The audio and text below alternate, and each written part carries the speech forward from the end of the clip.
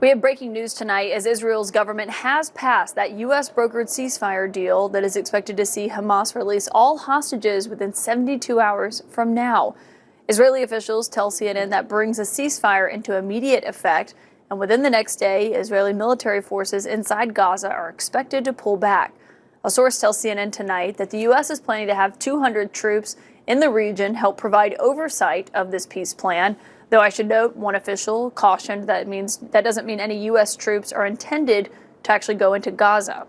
This does come as Israel's parliament is lit up in red this evening, red, white, and blue, as you can see here. That's for President Trump's expected visit this weekend. His son-in-law, Jared Kushner, and his Middle East envoy, Steve Witkoff, have already been in the region for days. They were in Jerusalem tonight, meeting with Israeli officials. Both of them played key roles in facilitating the deal that President Trump and Secretary of State Marco Rubio hailed today. We ended the war in Gaza and really, on a much bigger basis, created peace. And I think it's going to be a lasting peace, hopefully an everlasting peace. Peace in the Middle East. We secured the release of all of the remaining hostages, and they should be released on Monday or Tuesday. At some point very soon, we are going to see 20 living human beings emerge from the darkness into the light for the first time in 2 years. For hostage families, Monday cannot come soon enough after anxiously waiting more than 2 years for their loved ones to come home. And Palestinians in war-torn Gaza have also welcomed this news, even as the situation on the ground hasn't changed yet. Food, water, medicine, all still hard to get, as aid officials are hoping that this ceasefire will finally allow enough supplies to go in and to alleviate the hunger there. My source tonight is Hani Al-Madhoun, who is the Senior Director of Philanthropy at the United Nations Relief and Works Agency, USA, and also the co-founder of the Gaza Soup Kitchen.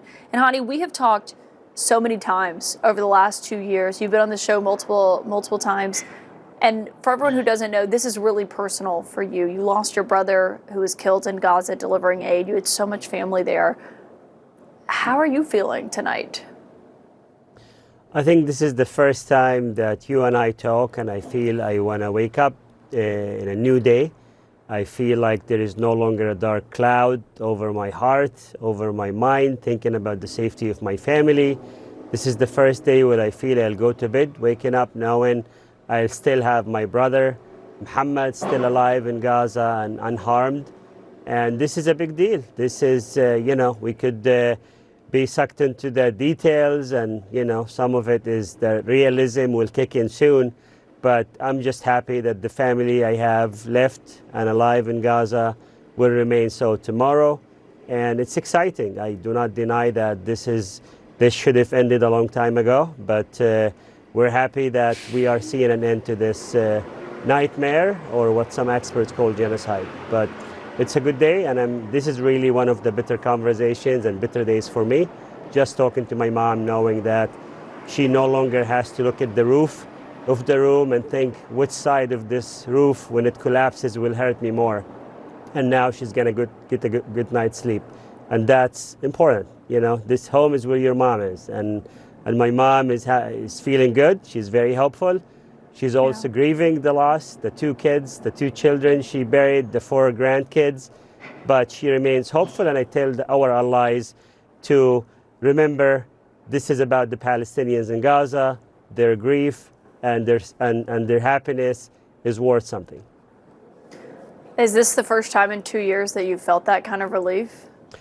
100%. I feel in the Reshtek. I feel tomorrow is going to be a better day than yesterday, and we're Palestinians, we're self-molded realists, but this is really a different feel, because it feels the U.S. administration has finally decided to end this situation, and it says a lot. I wish the president would meet with some Palestinians or Palestinian Americans.